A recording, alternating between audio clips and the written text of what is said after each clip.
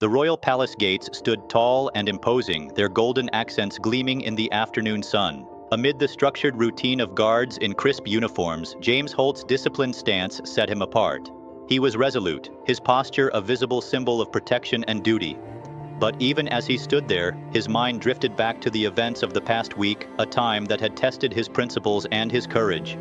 James's journey began on an otherwise unremarkable day, when the hum of city life outside the palace was interrupted by a commotion near the gates. An elderly man, bent slightly with age but carrying an air of dignity, was being harassed by a group of thugs. James had watched for a moment, assessing the situation, until one of the men grabbed the old soldier's lapel, sneering as he tore at the medals pinned to the man's chest. Without hesitation, James broke from his post, abandoning the rigid protocols drilled into him over years of service.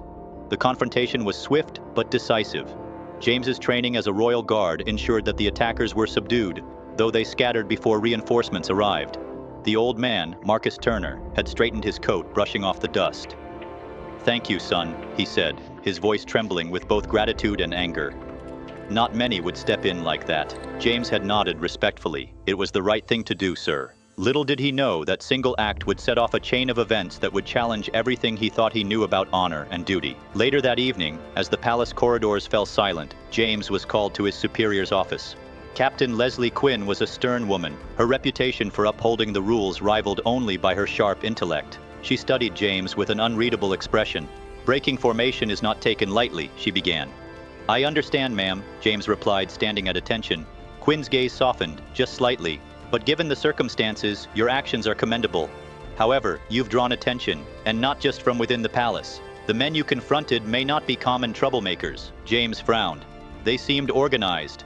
One of them mentioned something about Marcus's medals." Quinn nodded. "We'll look into it. In the meantime, stay alert. And Holt," she added, "not all battles are fought in the open. Be careful." The following days brought a sense of unease. James learned more about Marcus, a 91-year-old veteran who had served his country with distinction.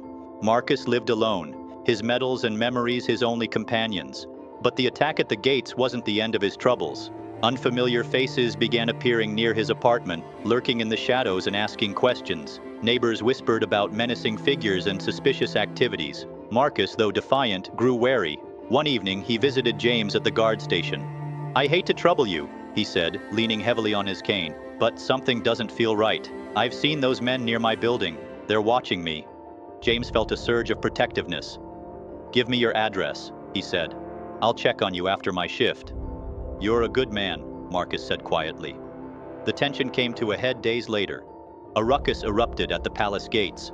The same thugs from before had returned, this time demanding to speak to James.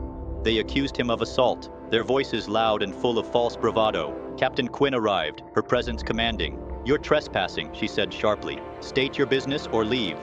The men tried to spin their story, but Marcus, who had accompanied James to the courtyard, stepped forward. His voice was firm, cutting through the noise. "These cowards assaulted me. They tore my medals, mocked my service, and now they want an apology from a man who stood up for what's right?"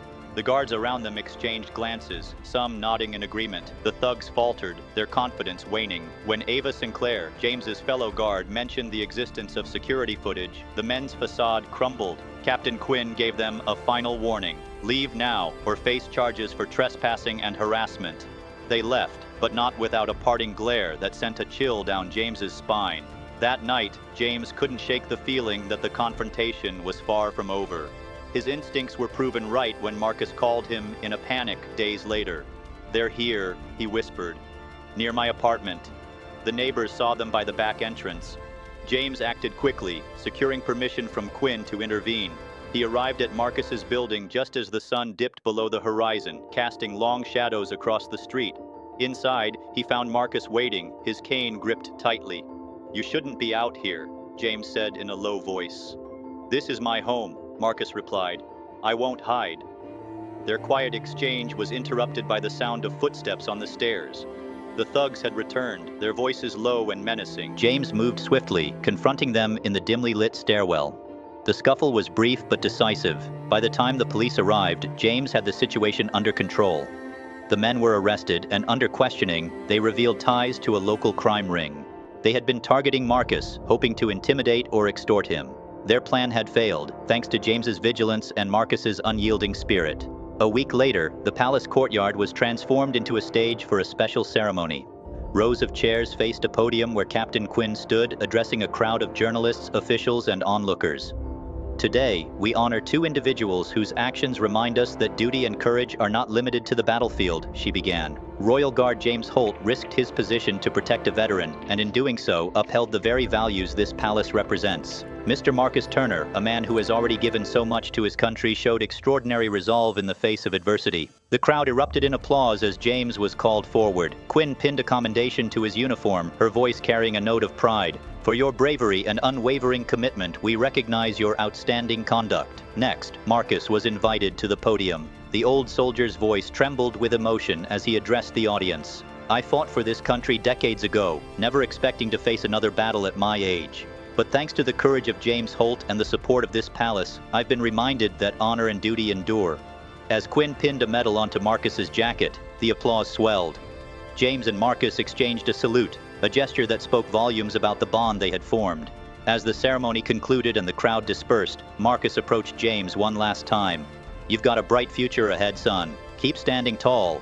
James nodded. And you, sir, keep walking proud. You've earned it. With a firm handshake, they parted ways. Marcus strolled out of the palace gates, his medals catching the sunlight. James returned to his post, standing tall and resolute. The palace gates once again became a symbol not just of authority, but of the courage and integrity of those who defended it. For James Holt, it was a reminder that the true measure of duty lay not in ceremony, but in the quiet, steadfast resolve to do what is right.